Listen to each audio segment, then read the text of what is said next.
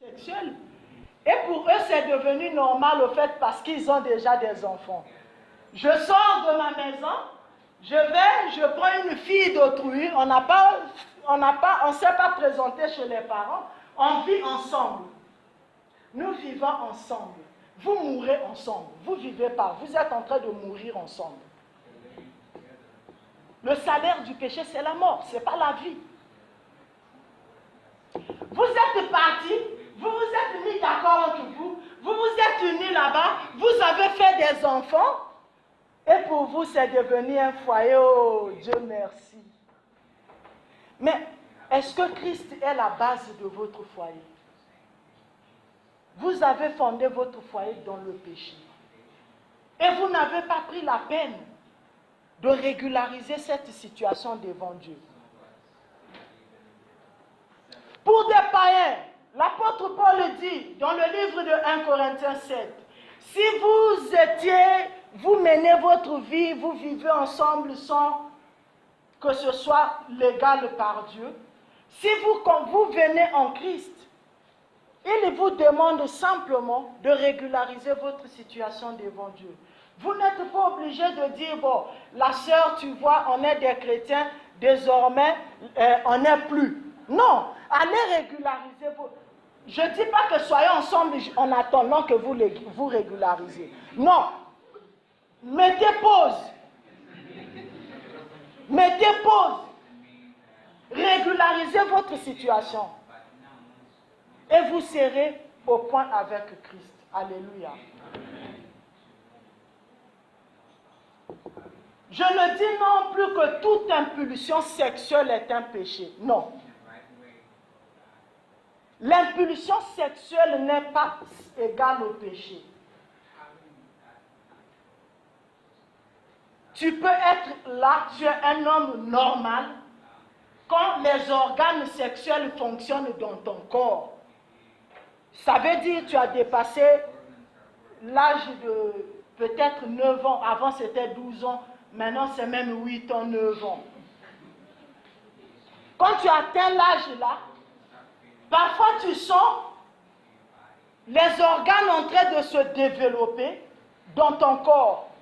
Ça te fait penser à des choses parce que c'est un phénomène étrange dans ta vie. Mais la Bible ne dit pas que si vous avez des impulsions sexuelles, allez commettre le péché, Dieu va comprendre parce que c'est Dieu qui fait développer ses organes en vous. La Bible ne dit pas ça.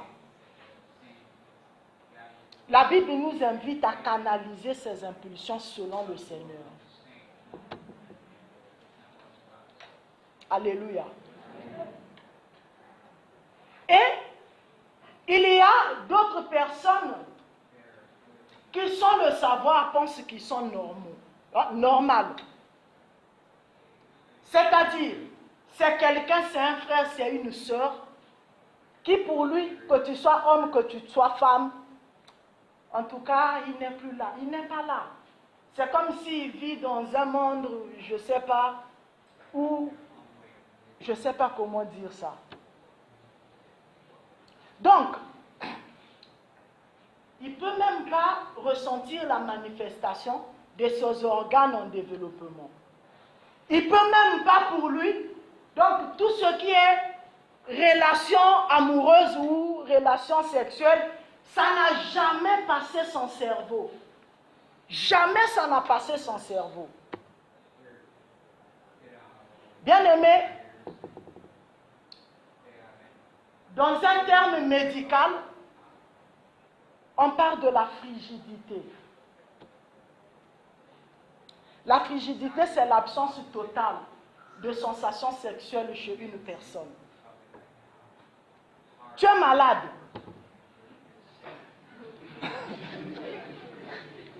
C'est une maladie. C'est une maladie qui peut être physique tout comme spirituelle. Comprenons bien. Ça ne veut pas dire que si tu pries aujourd'hui, tu dis Seigneur, je ne veux plus tomber dans le péché sexuel. Christ va faire disparaître comme dans un bout de bâton magique les impulsions sexuelles dans ta vie. Poum, ça disparaît. deviens insensible. Non, ce n'est pas ça. Ça sera en toi parce que c'est ancré en toi. Mais tu dois canaliser cette énergie selon le Seigneur. Parce que les chrétiens, parfois même les gens, pas parfois, les gens qui se marient parce que c'est l'unique moyen pour s'unir, les mariés même. Tu vois un frère, quand il se réveille à 6 heures, c'est la louange, l'adoration, la prière. À 9 heures jusqu'à 24 heures sur 24. S'il voit la femme en train de venir, il sait déjà la femme là, elle commence à venir. Bon, maman, j'ai un programme à l'église.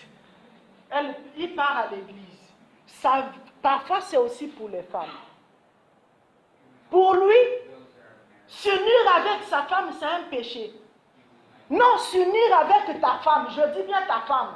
Je ne dis pas avec ta concubine, je ne dis pas avec ton comment on appelle ça aujourd'hui? Copine, petite amie, les gens qui disent on vit en couple, comment on les appelle? Bon, les gens qui vivent en couple. On ne dit pas que s'unir, c'est pour vous qui vivez en couple. Ce mot-là même, je ne sais pas où on a sorti ce mot. Nous devons bien voir. La Bible dit s'unir, c'est quand c'est ta femme. Donc vous êtes mariés. Et là, Dieu et vous, c'est pour ça, c'est aussi ça qui contribue. Les relations avec ta femme, le domaine de la science prouve que c'est aussi bénéfique pour la santé. Et parfois on dit non, mais regarde, si vous voulez détecter des foyers où mari et femme ne vivent plus dans un même lit, vous allez voir, ils auront des réactions bizarres. Ils sont comme des signes plus, repulsion à tout moment.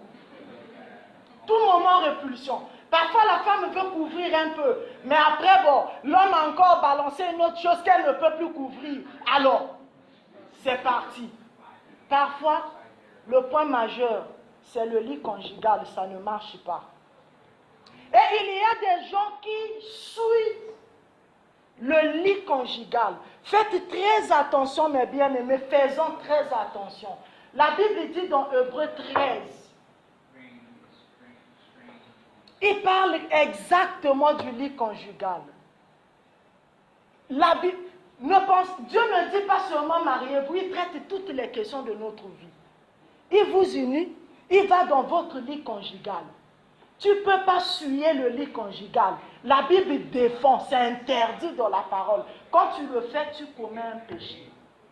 Souiller le lit conjugal, ça peut être emmener une autre femme, emmener un autre homme, ou faire une autre pratique que Dieu n'a pas approuvée. Bien-aimés, le Seigneur nous interpelle. Le Seigneur nous interpelle. On peut citer beaucoup de formes de péché sexuel. Mais ce que nous oublions, parfois nous les chrétiens, quand on prend la parole de Dieu, on prend ça pour Dieu au fait. Hein? Je ne dis pas que la parole égale à Dieu, pas dans ce sens la Bible a déjà dit. On prend la parole de Dieu pour Dieu, c'est-à-dire, si j'applique la parole de Dieu, c'est bien pour Dieu. Est-ce qu'on se comprend? C'est pas, Dieu, il est déjà bien. Que tu appliques sa parole ou pas, lui, il est déjà bien. Mais c'est bien pour toi et moi. Parce que le péché sexuel a beaucoup de conséquences. Le fait que tu es tombé dans une relation non approuvée par Dieu, tu seras dessus. Dieu n'a pas approuvé, tu seras dessus. Déception. Cette déception va faire que le frère ou la sœur ne va plus aller dans une autre relation. Pour lui, il a été vraiment abattu. Pour lui, tous les hommes sont devenus mauvais. Toutes les femmes sont devenues mauvaises. Voici, c'est une des conséquences du péché sexuel. Quand vous allez vous unir en dehors du mariage. Quand tu vas aller te marier, tu as un partenaire pour la vie. Si ce partenaire, c'est quelqu'un qui ne peut pas être avec toi comme l'homme qui était avec toi en dehors du mariage, tu es avec celui-ci, mais ta pensée est avec l'autre. Et c'est la cause de beaucoup de divorces. L'autre peut sentir que tu n'es pas là. Et tu n'es toujours pas là, tu n'es toujours pas là. Qu'est-ce que je vais faire? Vous vous condamnez à l'adultère parce que vous allez vous divorcer. Et après, c'est l'adultère, vous vivez jusqu'à... Et vous allez dire, « Eh Seigneur, je t'avais servi. » La Bible dit, « Je vous dirai ouvertement, je ne vous ai jamais connu. » Alléluia. Il y a beaucoup de choses à dire. Il y a beaucoup. Mais je nous invite.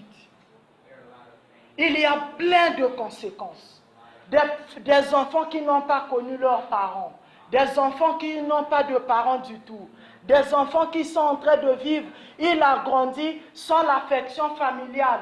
Parce que ça n'a pas marché, les parents sont divorcés. Ou le monsieur a enceinté une fille qui n'était pas sa femme, il est parti. Après, les enfants vont manquer de cette affection. Tu vas voir d'autres enfants qui se ressaisissent. Quand ils grandissent, avec leurs enfants, ils auront le désir de combler toute l'affection qu'ils n'ont pas eue à leurs enfants. Ça sera parfois une façon de priver les enfants de leur liberté. Et ça va détruire la vie des enfants parce qu'il en a fait assez. Tout ça parce que toi, tu avais commis un péché sexuel et tu as exposé des générations en génération. Bien-aimés, voyons. Ce n'est pas pour Dieu qu'il nous demande de vivre une vie saine. C'est pour nous. Et je nous demande, par le nom du Seigneur Jésus-Christ, de nous ressaisir. De ne pas rendre vaine la croix de Jésus-Christ. Il est mort pour nous, afin de nous délivrer du péché. Ce péché a commis beaucoup de choses, même dans la Bible. Je vous laisse le livre d'Exode, chapitre 49, verset 1 à 7. Allez lire. Quand Jacob veut mourir, Jacob rassemble tous ses fils, les 12 tribus d'Israël. Il commence par Ruben. Ruben, toi tu as couché avec ma concubine. Il a enlevé les droits d'aînesse à Ruben, il a maudit Ruben. Il va, toi Siméon et l'autre. Le fait que Jacob avait une fille, Shems est venu, il a couché avec la fille de Jacob et Dina. Les frères de Dina ont appris. Ils sont remplis de fureur. Ils sont partis massacrer, tuer les gens. Voici le péché sexuel qui va causer la mort à tout un peuple. Et Jacob va les maudire. Nous allons voir cela qui va retomber depuis Jacob jusqu'à aujourd'hui. Si vous voyez les tribus d'Israël, ça commence souvent par la tribu de Juda, les Juifs. On ne parle pas des premiers, des 4 premiers ou 3 premiers. On ne parle pas. Parce que le péché sexuel les a laissés sous une malédiction pendant des milliards de générations. Répondons-nous. C'est un fléau. C'est quelque chose de très à prendre au sérieux. Lèvons-nous, on va prier.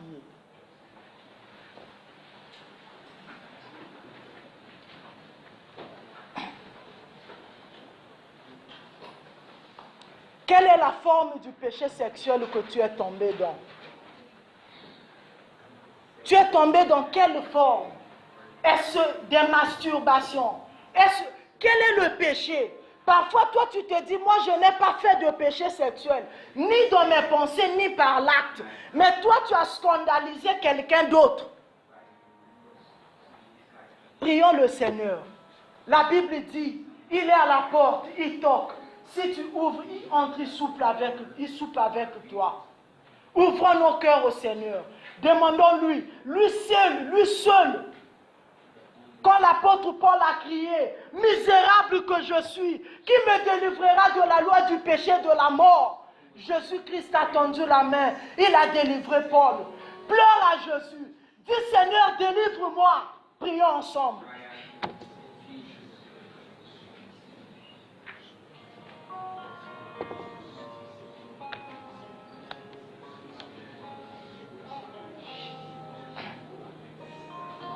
Seigneur Jésus-Christ,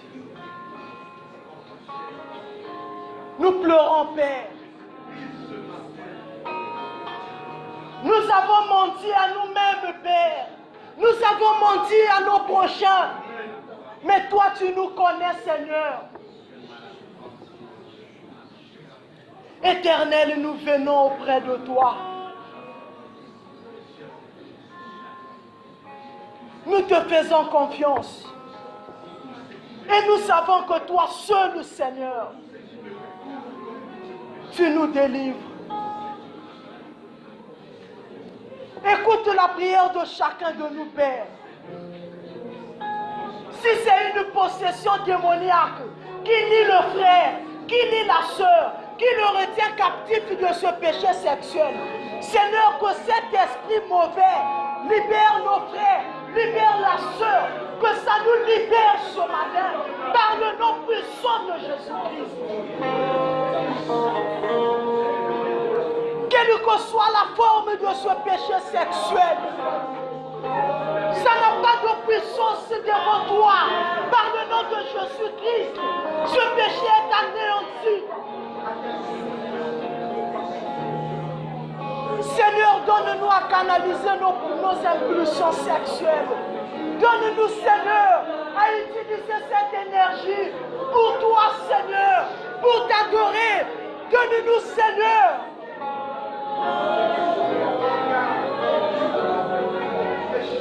Nous te prions l'agneau de Dieu.